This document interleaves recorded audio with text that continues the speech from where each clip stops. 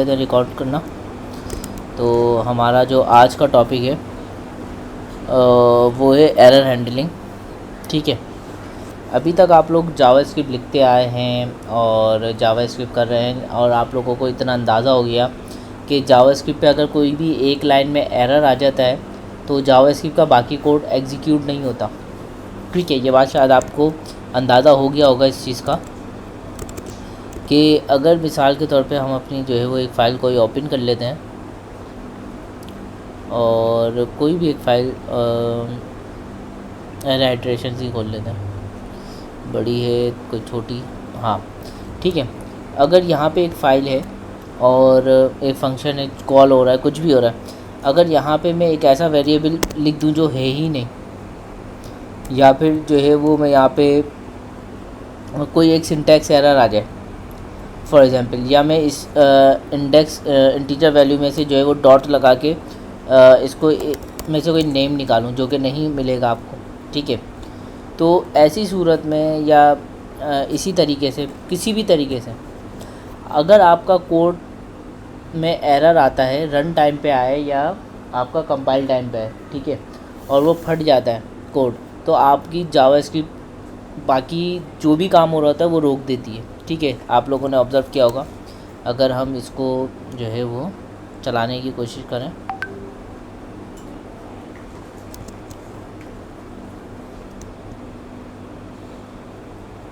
ठीक है, एंड में चेक कर लेता हूँ मैं अफान।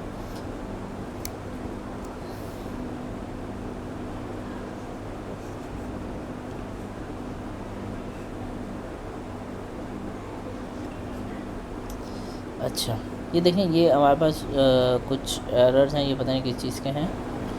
अच्छा, ये तो चल रहा है और इसको हटा देते हैं। पहले हम ये करते हैं और यहाँ पे कुछ एरर थ्रो करने की कोशिश करते हैं। फॉर एग्जांपल, नल में से अगर आप कोई वैल्यू निकाल लें और नल एक वेरिएबल बन जाएगा यहाँ पे। कोई एक वेरिएबल ले लेते हैं यहाँ पे, जैसे नम, और इसको कंसोल कराने की कोशिश करते हैं, कंसोल डॉट नो। अब हमारे पास ये वेरिएबल अभी तक मैंने डिक्लेयर नहीं किया और उसमें से एक वैल्यू निकाल रहा हूँ, तो आपके पास क्या होगा, नम इज़ नॉट डिफाइंड, और आपके पास जो है ना वो कोड रुक जाएगा, एग्जीक्यूशन रुक जाएगी आपकी जावास्क्रिप्ट के कोड की, और बकिया जो काम होना था वो रुक जाता है आपके पास। तो जावास्क्रिप्ट काम ऐसे करता है कि अगर उसके अंदर कोई कंपाइल टाइम एरर नहीं है तो कोड आगे बढ़ेगा। अगर रन टाइम के ऊपर अगर आपका कोड एग्जीक्यूशन के दौरान रन टाइम के ऊपर फट जाता है, कोड फटने से मुराद ये है कि आपका कोई एरर आ जाता है, कोई एरर थ्रो कर दिया जाता है, तो उसके बाद नीचे वाली जो लाइंस होती हैं वो एग्जीक्यूट नहीं होती। ठीक है, यहाँ भी ऐसा ही हुआ कि अगर यहाँ पे एरर आया तो कंसोल भी प्रिंट नहीं हुआ और बाकी जो रिज़ल्ट आना था वो भी नहीं हुआ, ये कंसोल भी आप लोगों के प्रिंट नहीं हुए। तो इस तरीके से क्या हुआ कि अगर इस लाइन पे एरर आया आपके पास, थोड़ा सा मैं जूम कर देता हूँ, ठीक है, और अगर आपका इस लाइन पे एरर आया है तो आपकी ये लाइन एग्जीक्यूशन नहीं होगी। ठीक है, ये भी लाइन एग्जीक्यूशन नहीं होगी, तो जिस लाइन पे एरर आता है उसके बाद कुछ भी एग्जीक्यूट नहीं होता। जावास्क्रिप्ट का बिहेवियर ही यही है। तो आज हम देखेंगे कि हम इस बिहेवियर को कंट्रोल कैसे कर सकते हैं, या हम जो है वो अपने कोड को जब हमारा कोड क्रैश करता है या एरर थ्रो करता है तो इस सूरत के अंदर जो है वो हम किस तरीके से उसको टैकल कर सकते हैं। ठीक है, तो ऐसी सिचुएशन में आपके पास जो है वो आपका सेवियर जो आता है, प्रॉब्लम समझ में आई आपको। अब हम बता रहे हैं कि इसको टैकल कैसे करना है। प्रॉब्लम ये है कि आपका कोड एग्जीक्यूट आगे फॉरवर्ड नहीं होता, आपका कोड एग्जीक्यूट नहीं होता अगर किसी भी तरह का कोई एरर आ जाए। तो ऐसी सिचुएशन में आपके पास आता है ट्राई एंड कैच। ठीक है, आपके पास क्या आता है, ट्राई एंड कैच। इससे पहले आप लोगों ने कोई भी प्रोग्रामिंग लैंग्वेज पढ़ी हो या जावास्क्रिप्ट भी पढ़ी हो तो आपने उसके अंदर ये ट्राई एंड कैच को देखा होगा। आप में से कितने लोगों ने इसको पहले इस्तेमाल किया है, ट्राई कैच को?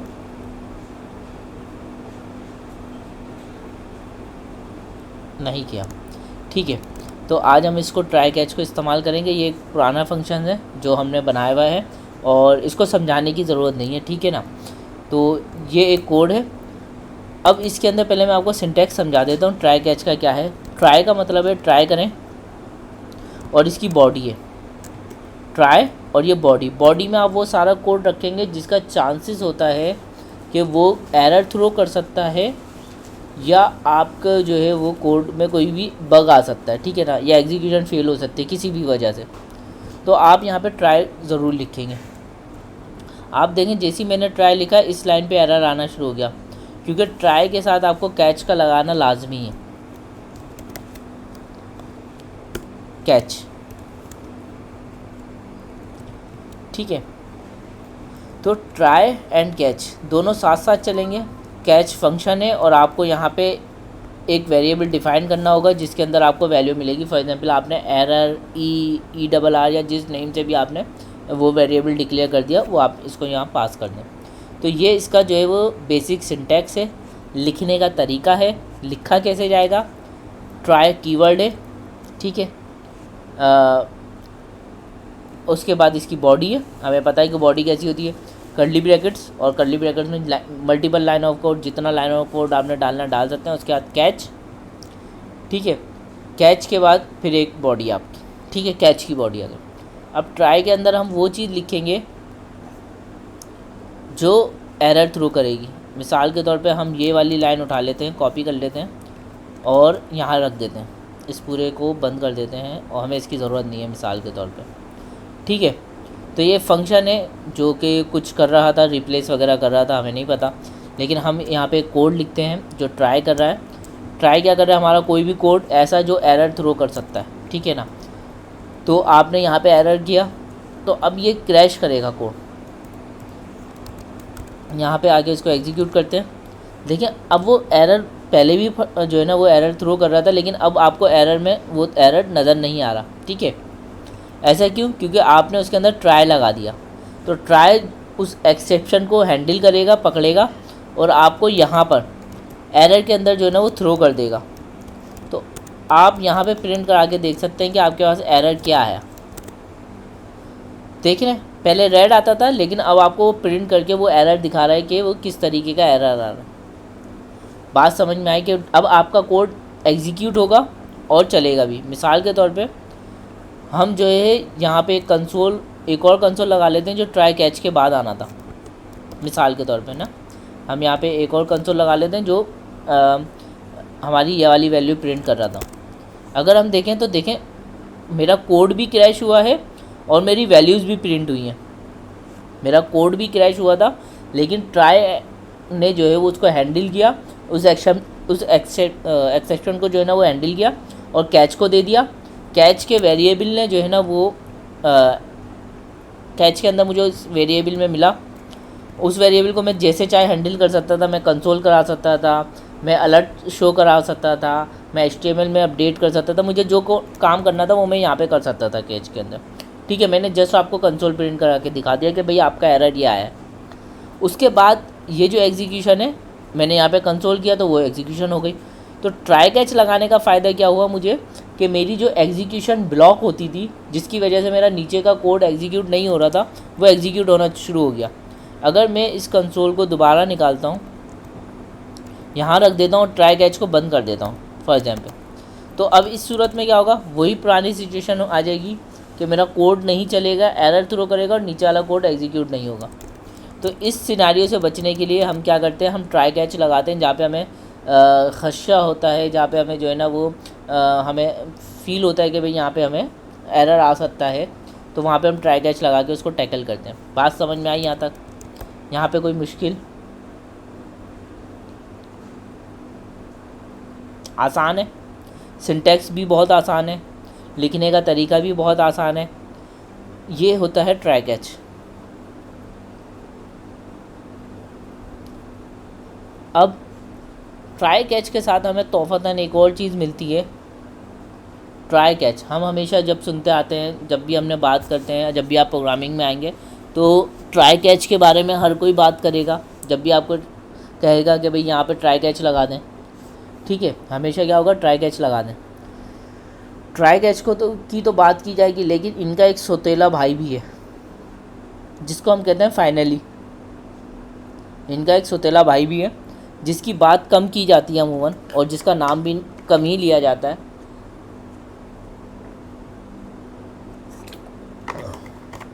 लेकिन है बड़े काम की चीज़ वो जो सौतेले भाई हैं वो बड़े काम की चीज़ है। भाई कैसे? भाई हमारा कोई ऐसा काम करना होता है जो ट्राई हो, जब भी मेरा ये वाला कोड एग्जीक्यूट हो तब भी, अगर कैच आ जाए तब भी, दोनों सूरतों के बाद मेरा वाला कोड को एग्जीक्यूट करना ही करना है मुझे किसी भी सूरत में। तो उसके लिए हमारे पास यूज़ होता है फाइनली। ये वो सौतेला भाई है जो जिसका नाम नहीं लिया जाता ट्राई कैच के साथ, ठीक है। असल में ये ट्राई कैच एंड फाइनली है। तो ट्राई के साथ आप कैच लगाएं, फाइनली लगा सकते हैं, ठीक है। तो फाइनली क्या होता है कि ये कोड एग्जीक्यूट हो, एरर आ गया तो आपके पास कैच चल जाता है, ऐसे ही है। लेकिन दोनों सूरतों में कैच चले या ना चले, आपके पास फाइनली तो चलता ही चलता है। अगर ट्राई पूरा एग्जीक्यूट हो गया बगैर एरर के तब भी फाइनली चलेगा। अगर ट्राई ने एरर दिया और कैच चला तो भी आपके पास फाइनली चलेगा, ठीक है। फाइनली क्या करता है, फाइनली आपको हमेशा कोई भी कोड एग्जीक्यूट कर देगा।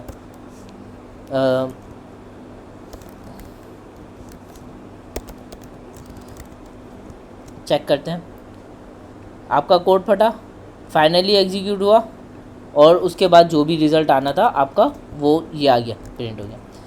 ये उस सूरत में था जब आपके पास ट्राई भी चला, ट्राई में एरर आया, कैच में वो एरर प्रिंट हुआ और फाइनली ने वर्क किया। लेकिन अगर ऐसी सूरत हो कि कोई भी एरर ना हो, ये मिसाल के तौर पे ये एक नॉर्मल स्ट्रिंग हो और कोई एरर ना हो, अब मेरे पास कैच नहीं चला, मेरे पास ट्राई चला, ट्राई के बाद फाइनली चला, कैच नहीं चला है, फाइनली चला है और उसके बाद फिर ट्राई कैच के आउटसाइड वाला कोड एग्जीक्यूट हुआ है। तो ऐसी सिचुएशन में भी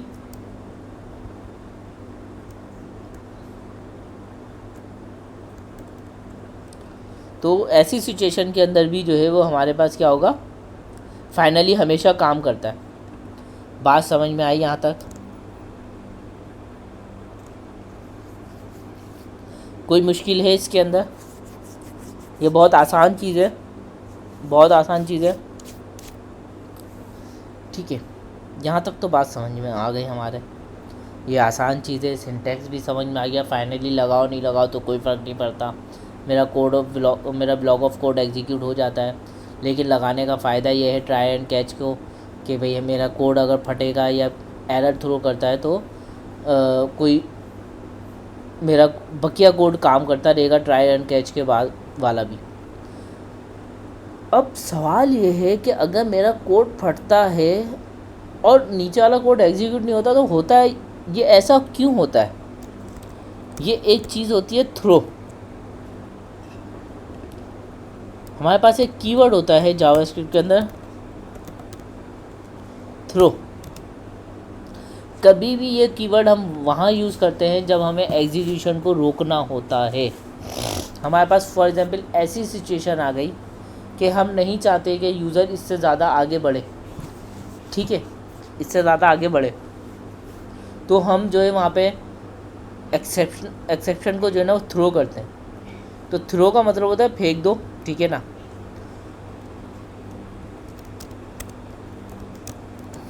हम यहाँ पे एक कंसोल कर लेते हैं।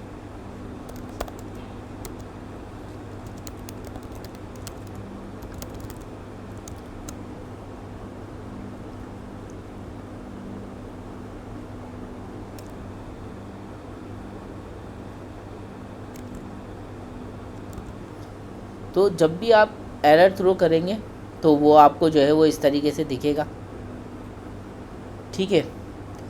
लाइन नंबर 12 पे आपने एक्सेप्शन जो है वो फेंकी तो वो यहाँ पे दिख गई।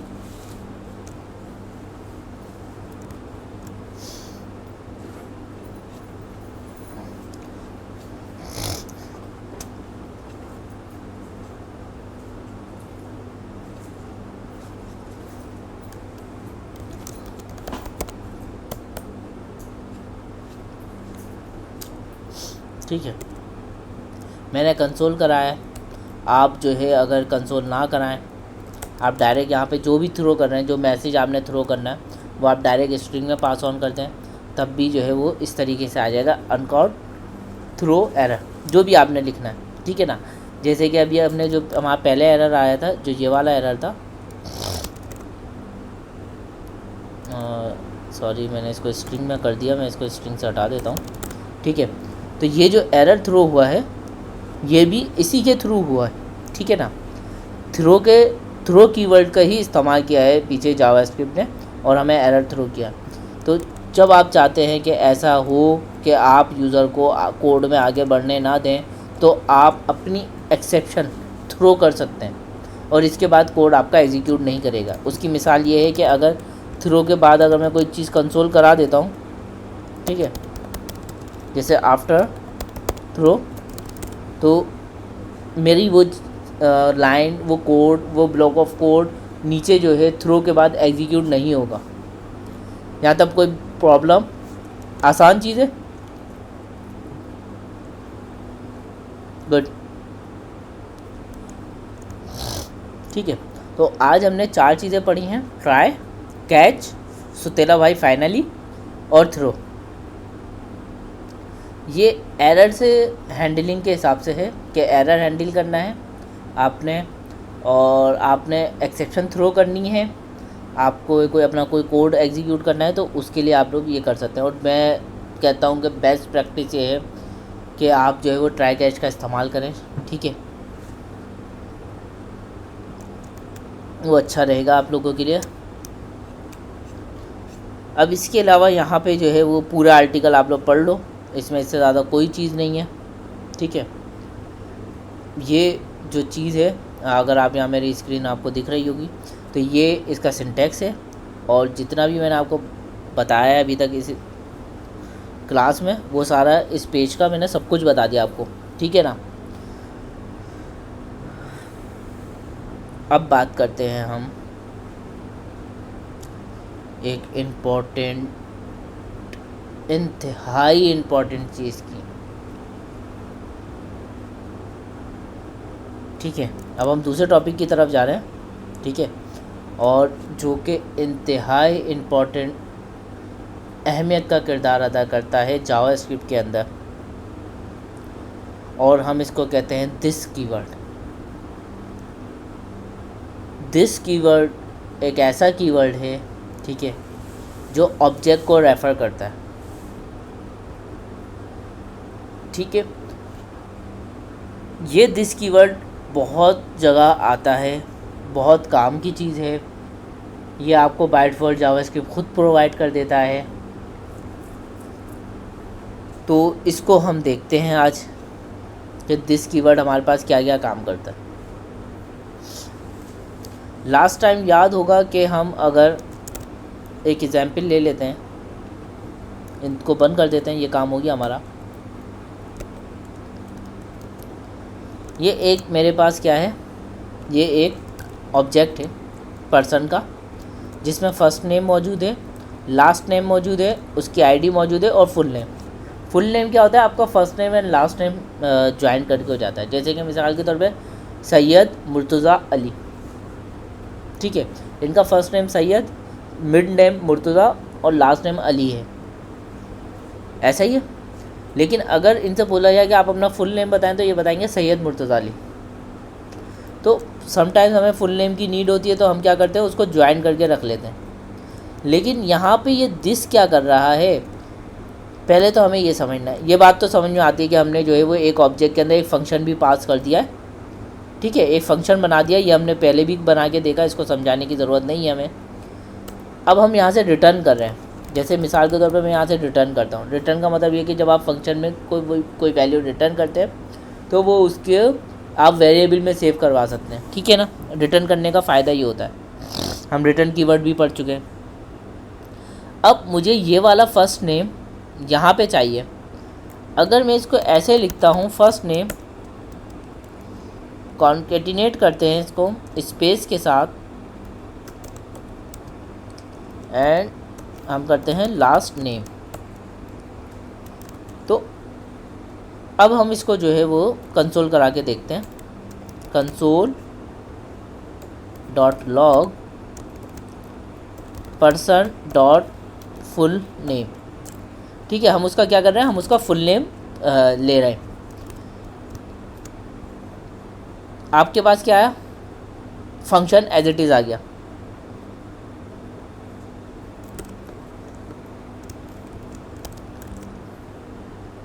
First name is not defined. जब आपने फंक्शन प्रिंट किया तो फंक्शन आ गया, मैंने फंक्शन को कॉल नहीं किया था, तो मैंने यहाँ पे फंक्शन को कॉल किया क्योंकि वो फंक्शन था, मैंने उसको कॉल किया। तो कॉल करने पे उसने मुझे बताया कि first name is not defined. भाई क्यों डिफाइंड नहीं है, यहाँ तो हमने बताया है फर्स्ट नेम। तो यहाँ पे जो वैल्यू आई है ना, यहाँ जो वैल्यू आई है उस वैल्यू को आप अंदर डायरेक्टली कॉल नहीं कर सकते। उसके लिए आपको क्या चाहिए होता है, दिस।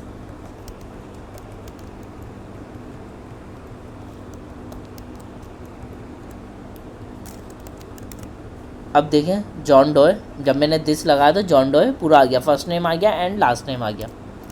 अब देखते हैं दिस को कंसोल करके देखते हैं कि दिस में है क्या।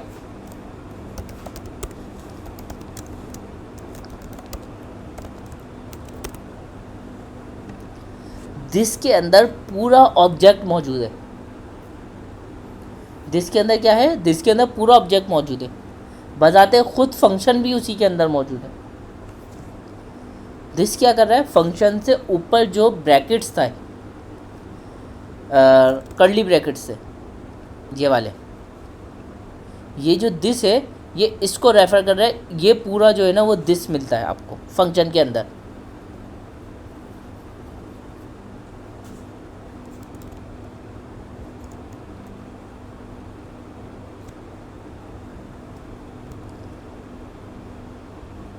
बात समझ में आई वाली कि दिस क्या प्रिंट कर रहा है।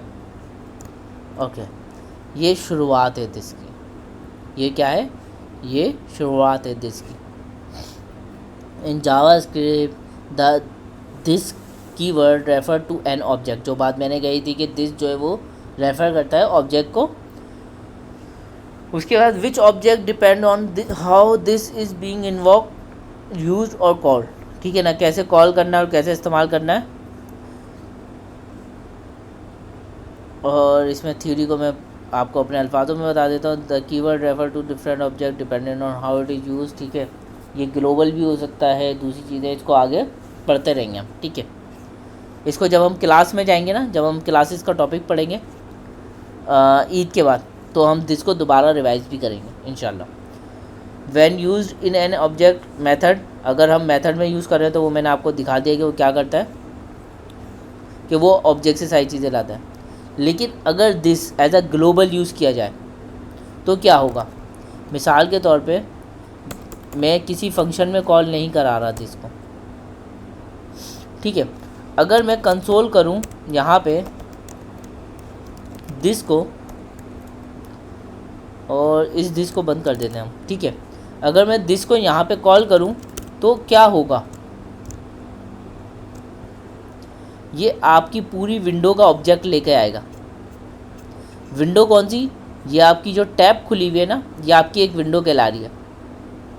ठीक है, ये आपकी पूरी विंडो है, ये गूगल क्रोम समझ लें। ये आपके पास जो है ना एक विंडो आ रही है, और उसके जितने भी आपके इवेंट्स हैं उसके अंदर वैल्यूज़ हैं, फंक्शंस जो भी आ रहे हैं, और आप जो इसकी प्रॉपर्टीज़ को जो एक्सेस कर सकते हैं, वो तमाम चीज़ें इसके अंदर मौजूद हैं।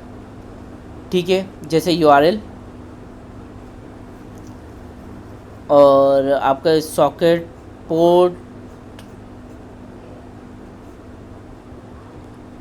ये सब चीज़ें आपके पास मौजूद हैं।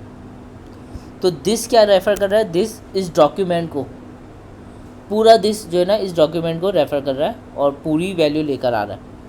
लेकिन अगर यही दिस मैं फंक्शन के अंदर ले जाता हूँ तो अब ये क्या करेगा, इसको क्लियर करते हैं। अब भी ये दिस आपको जो है वो फंक्शन के बाहर जो भी विंडोज़ वगैरह की जो भी प्रॉपर्टीज़ हैं वो सारी दे रहा है। लेकिन अगर मैं इस दिस को इस फंक्शन में ले जाता हूँ तो वो आपको क्या रेफ़र करेगा, आपको रेफ़र करेगा वो ऑब्जेक्ट। अनडिफाइंड कहाँ से आ रहा है, ओ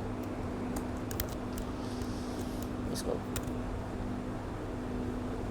नहीं, अनडिफाइंड आ रहा था हमारे पास।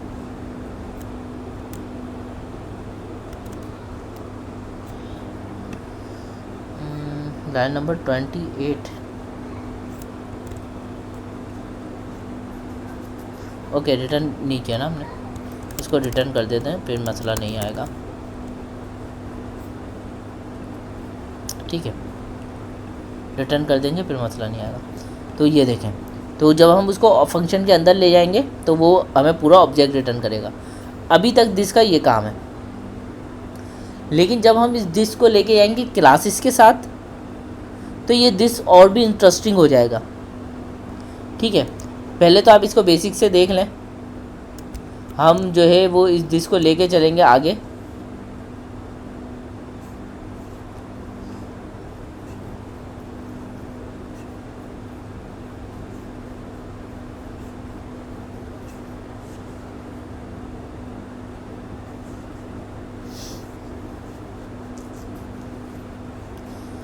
और इसके अंदर अभी फ़िलहाल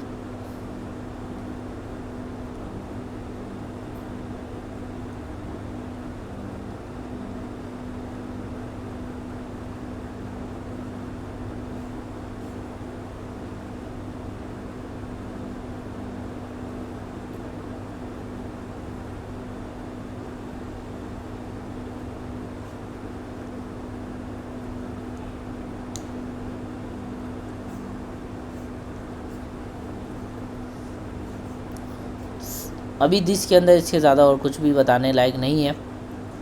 ठीक है, और इससे ज़्यादा जो है वो हम जब क्लासेस में जाएंगे और मैं आपको थोड़े से एडवांस टॉपिक्स की तरफ लेके चलूँगा, और इसके अंदर जब हम इसके कॉन्सेप्ट्स पढ़ेंगे वहाँ पे जब मैं आपको दिस समझाऊंगा, फिर ये और मज़ीद आपको इंटरेस्टिंग समझ में आएगा। ठीक है, तो लेकिन ये दिस कीवर्ड बहुत इम्पॉर्टेंट है, जहाँ तक समझाया वहाँ तक आपको आना ज़रूरी है। इसके अलावा अब कुछ और छोटी मोटी चीज़ों की तरफ चलते हैं।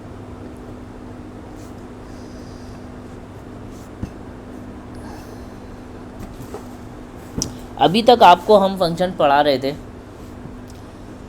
आप फंक्शन पढ़ते आ रहे थे, आपने फंक्शन देखे, फंक्शन को एक कीवर्ड के साथ आपने बनाया। तो अगर आप एरो फंक्शंस की बात करें तो एरो फंक्शन आपकी जो है वो ECMAScript 6 के साथ आए।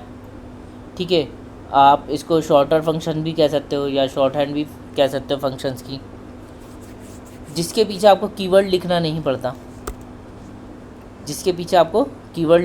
पड़ता, अगर मैं आपको ये बंद कर देते हैं और यहाँ पे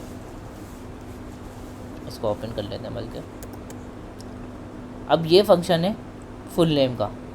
अगर मैं इसको बंद कर दूं और मैं यहाँ पे दोबारा फुल नेम का एक फंक्शन बनाऊं, फुल नेम, और उसको इस तरीके से कॉल करें और सेम यही लाइन लिखें,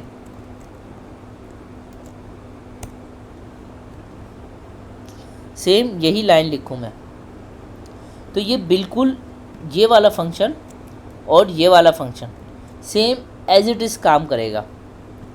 इसके पीछे कीवर्ड नहीं है फंक्शन का, लेकिन इसको इस ब्रैकेट से पता है कि ये फंक्शन है, पहली चीज़। दूसरी चीज़ ये कि एरो से पता है कि इसकी बॉडी कहाँ से है। ठीक है, जब मैं इसके साथ कर्ली ब्रैकेट्स नहीं लगाऊंगा, इसका मतलब है कि ये सिर्फ सिंगल लाइन का फंक्शन है, एक लाइन का फंक्शन है। पहले मैं आपको चला के दिखा दूं, फिर आगे बात करता हूँ।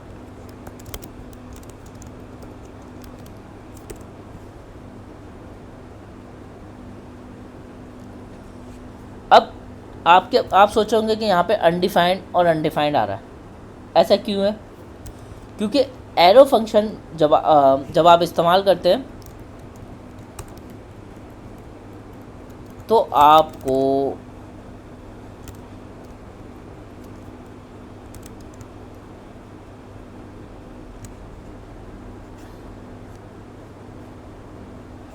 यहाँ वैल्यू मिलेगी हमें, ओके, वैल्यू नहीं मिल रही, तो हम इसको एक काम करते हैं आपको। अच्छा, पहले तो मैं वो रिटर्न वाली बात समझा दूँ।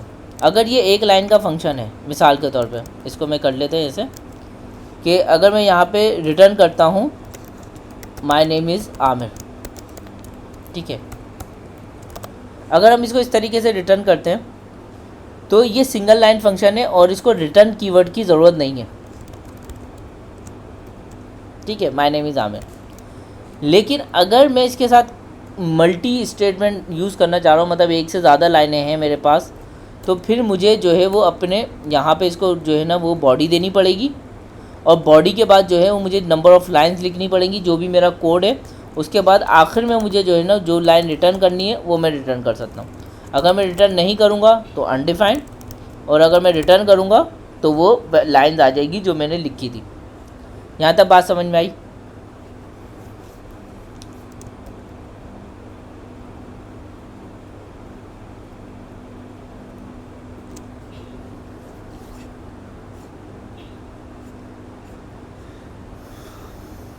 ओके। अब अगर आप चाहते हैं कि इस फंक्शन को आप जो है वो कोई पैरामीटर भी पास करें, एरो फंक्शन को, तो आप यहाँ पे कोई वेरिएबल पास करना चाह रहे हैं, मिसाल के तौर पे जैसे मैं यहाँ पे स्ट्रिंग करता हूँ नेम, कोई भी नेम हम यहाँ से पास ऑन करते हैं, जैसे मिसाल के तौर पे आमिर, और हम यहाँ पे जो है ना वो नेम ले लेते हैं, एक वेरिएबल ले लेते हैं। आप चाहें तो इसको इस तरीके से लिखें तब भी सही है, कोई एरर नहीं आएगा। इसको यहाँ पे प्लस कर लेते हैं, कॉन्केटेनेट कर लेते हैं नेम के साथ, ठीक है। प्रिंट करा के दिखाता हूँ मैं आपको। आमिर आ गया सेम, मैंने यहाँ से हटाया वहाँ पे आ गया।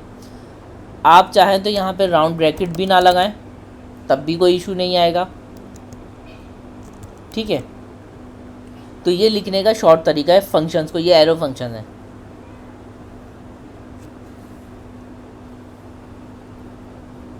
यहाँ तक बात समझ में आई?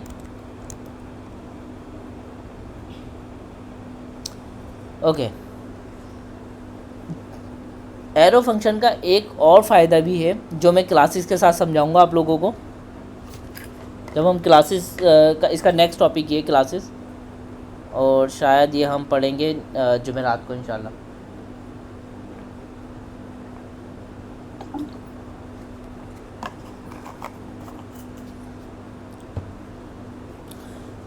अच्छा,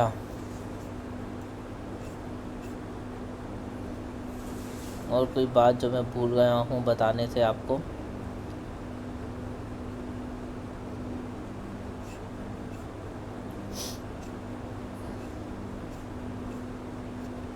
यस, एक और बात,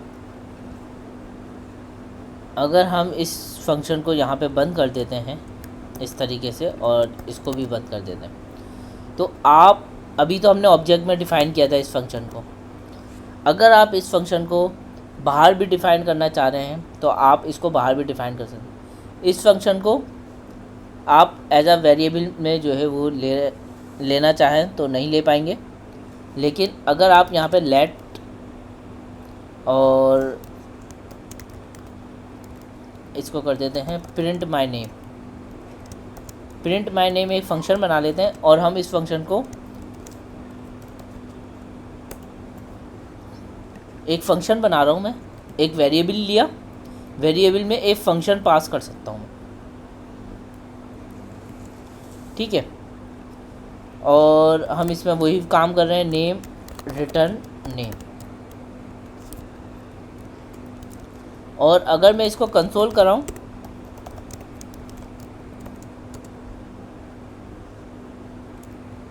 और फंक्शन को कॉल भी करा लेते हैं, हम कर देते हैं JS निंजा, और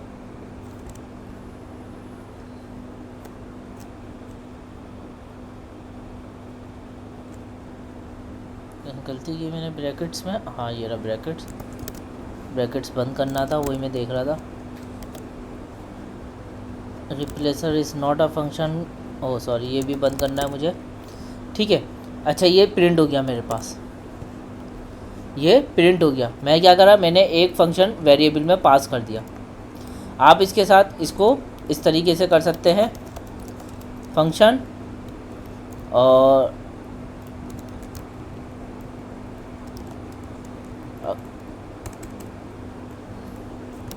अगर हम इस तरीके से करें तो क्या होगा, तब भी आप पास कर लेंगे। अब इस सिंटैक्स को देखें और इससे पहले वाला सिंटैक्स देखें, ये वाला। तो हमारे पास पता चलेगा कि एरो फंक्शन एक शॉर्ट हैंड है, फास्ट है, लिखने में ईजी है और रीडेबिलिटी इसकी ज़्यादा है। और इसका एक सबसे बड़ा फ़ायदा ये है कि ये बाहर की प्रॉपर्टीज़ को जो है ना वो इनसाइड कॉल कर सकता है, इसकी ये एक एबिलिटी ज़्यादा है। और ये एबिलिटी जो है ना मैं आपको क्लासेस के साथ समझाऊंगा।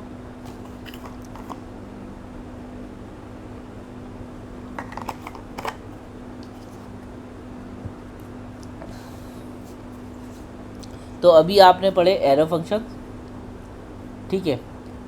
और एक चीज़ और इसके अलावा, एरो फंक्शन के अलावा, एरो फंक्शन में कोई प्रॉब्लम, जस्ट शॉर्ट हैंड है, ठीक है। इसको बंद करते हैं। एक चीज़ थी, दो फंक्शंस हैं जो मुझे बताने थे और जावास्क्रिप्ट में हम कभी कभार इस्तेमाल करते हैं छोटे मोटे गेम के लिए। एक फंक्शन है सेट टाइम आउट, ठीक है।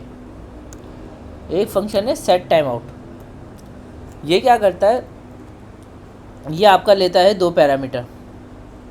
पहला पैरामीटर आप कोई फंक्शन पास करते हैं इसको, ठीक है। जैसे कि अगर मैं ये वाला फंक्शन ओपन कर दूं और यही इसको पास कर देता हूं और इसमें नेम दे देते हैं जेएस, सिर्फ जेएस दे देते हैं। और इसको कहते हैं कि ये दूसरा पैरामीटर लेता है टाइम आउट का। टाइम सेट टाइम आउट क्या करता है, हमारे पास दो पैरामीटर लेता है। पहला पैरामीटर कोई भी फंक्शन लेता है और दूसरा पैरामीटर लेता है time out in a millisecond. Millisecond में ये टाइम आउट क्यों लेता है, ये मिली सेकेंड में टाइम आउट इसलिए लेता है कि ये उतने टाइम के बाद आपका इस फंक्शन को दोबारा कॉल कर देगा, ठीक है। ये आपका जो फंक्शन है ये क्या करेगा, अगर मैं इसको 300 मिली सेकेंड दूंगा तो ये कोड जो है वो 300 मिली सेकेंड के बाद एग्जीक्यूट करेगा। अगर मैं इसको 500 दूंगा तो 500 का मतलब होता है आपका हाफ सेकेंड। लेकिन अगर मैं 1000 दूंगा इसको तो इसका मतलब होता है 1 second.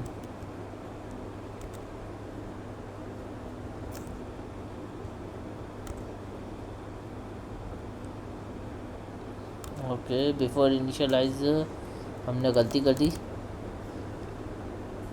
JS is not defined. JS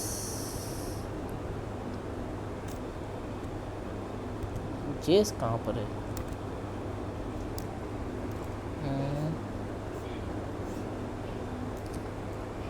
print my name, हमने उसको फंक्शन पास किया। वैसे चलो छोड़ो, मैं आपको यहाँ पे डायरेक्ट एरो फंक्शन के साथ ही करवा देता हूँ, ठीक है।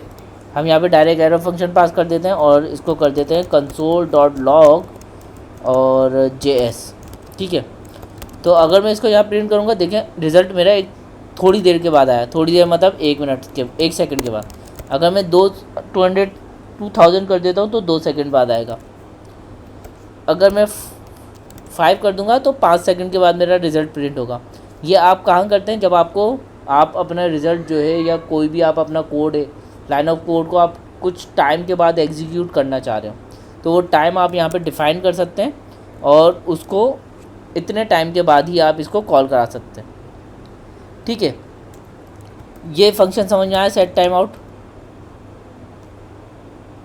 हाँ, जितना आप चाहो, लेकिन इन अ मिली सेकेंड में डिले करता है। तो मिली सेकेंड में आपको देना पड़ता है 5000 दोगे तो 5 सेकेंड करेगा। इसके मुकाबले में एक और हमारे पास होता है फंक्शन,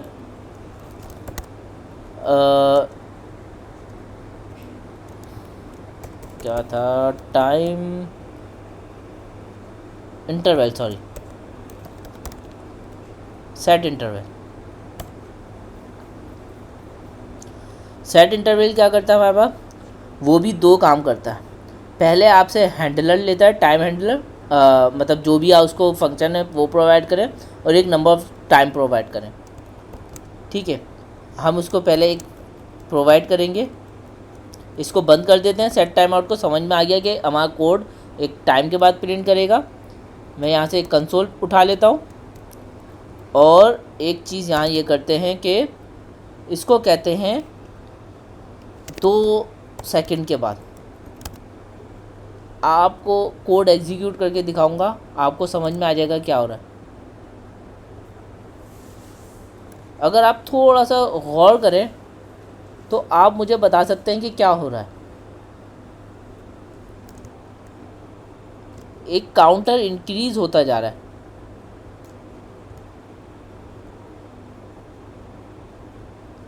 यस, रिपीट कर रहा है। हर 2 सेकंड के बाद जो भी फंक्शन आपने दिया होगा उस फंक्शन को ये बार बार बार बार बार बार बार बार चलाता रहेगा। कब तक चलाता रहेगा? जब तक ब्राउज़र ओपन है आपका। ठीक है, इसको रोकने के लिए क्या होता है, आप क्या करते हैं, आपने एक वेरिएबल में इंटरवल उठाया और उसको कंसोल करके देखें।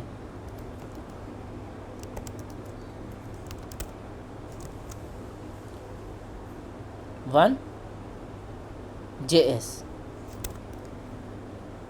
अब आप इसको करें क्लियर।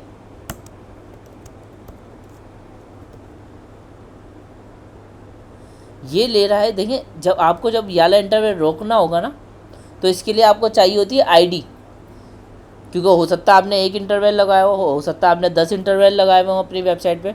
तो ये जब मैंने इसको एक वेरिएबल में उठाया तो ये फंक्शन मुझे पता है क्या रिटर्न करेगा, ये एक आईडी रिटर्न करेगा जो मैंने आपको ब्राउज़र पे डिस्प्ले करवाई। वो थी क्या थी? 1 थी।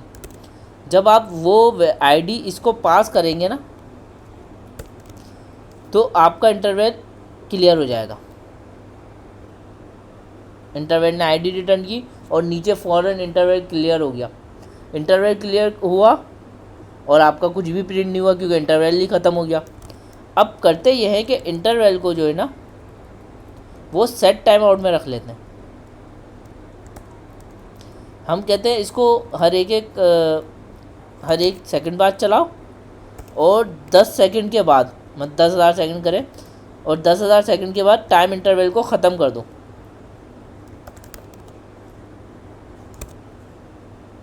एक, दो, 3, 4, 5, 6 आपका एक सेकंड पे जो है ना वो आपका प्रिंट हो रहा है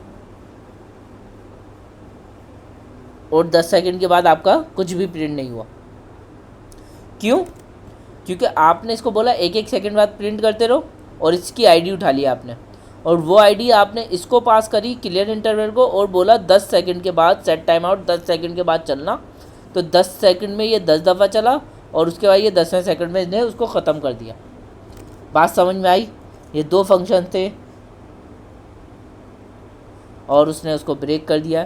तो ये 2 फंक्शन थे जो मैं बताना भूल गया था और बहुत इस्तेमाल करते हैं जब हम क्लॉक वगैरह बनाते हैं, जब हम टाइमर्स वगैरह बनाते हैं, जब हम स्टॉप वॉच बनाते हैं, जब हम जो है वो आप लोगों से जो है मुख्तलिफ़ चीज़ें करवाते हैं, तो वहाँ पे ये बहुत इम्पॉर्टेंट चीज़ है।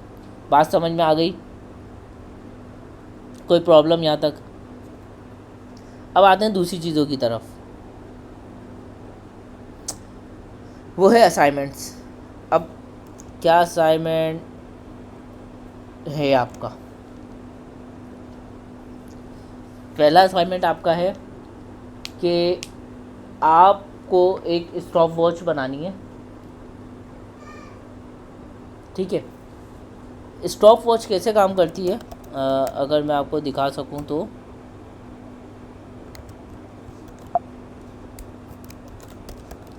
स्टॉप वॉच अगर हम ऑनलाइन देखें तो होता क्या है, मैं यहाँ पे जो है वो स्टॉप वॉच को स्टार्ट करूँगा तो वो टाइम जो है वो मेरा 1 सेकंड 2 सेकंड 3 सेकंड 4 सेकंड और वो चलती जाएगी जब तक वो स्टार्ट रहेगी। मैं उसको स्टॉप करूँगा वो स्टॉप हो जाएगी और मैं उसको रीसेट करूँगा वो रीसेट हो जाएगी। ये स्टॉप वॉच का काम है। तो आपको एक बनानी है स्टॉप वॉच जिसमें सेम 2 बटन होंगे, सेकंड, मिनट एंड आवर्स, वो आपको जो है वो बताएगा और ये ब्राउज़र पे एग्जीक्यूट होगा। ठीक है, पहले तो आपने ये स्टॉप वॉच बनानी है। दूसरा आपको क्या बनाना है,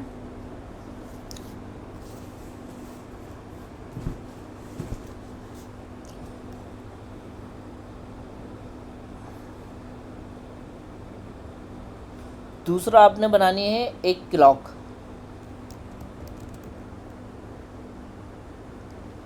ये वाली नहीं, डिजिटल क्लॉक बना लीजिएगा। कुछ भी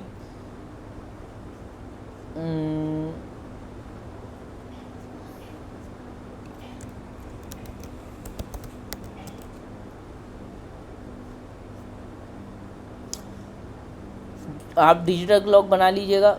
डिजिटल क्लॉक में क्या होगा कि मेरे नंबर ऑफ़ सेकंड चल रहे होंगे, जो भी करंट टाइम होगा, जैसे कि यहाँ पे जो टाइम दिख रहा है वो मुझे आवर्स और मिनट्स में दिख रहा है, लेकिन जो मेरी डिजिटल क्लॉक होगी उसमें आवर, मिनट्स एंड सेकंड्स में वो मुझे टाइम दिख रहा होगा। ये आपके हो गए 2 असाइनमेंट, एक आपने क्लॉक बनानी है और एक स्टॉप वॉच बनानी है।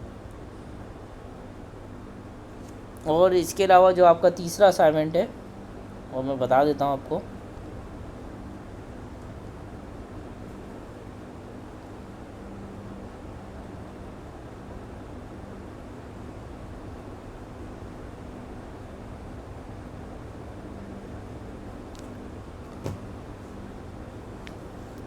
तीसरा असाइनमेंट है अलार्म क्लॉक। अलार्म क्लॉक तो आप लोगों ने जो है वो देखी होगी। मैं उसके ऊपर एक टाइम सेट करूँगा, जैसे 5 मिनट, 10 मिनट, 15 मिनट, या जो भी मैं जो टाइम सेट करूँगा वो उस टाइम पे आएगी, तो एक अलार्म जो है वो बजेगा।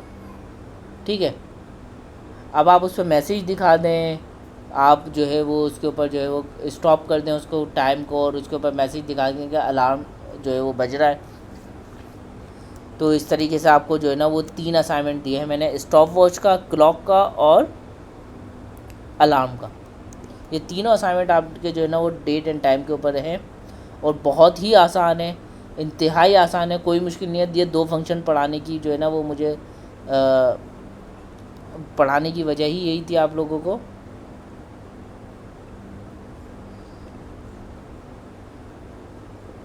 वेरी नाइस, बहुत ज़बरदस्त। ये डिज़ाइन कहाँ से छापा है वैसे? वैसे बहुत अच्छी बनाई है आपने।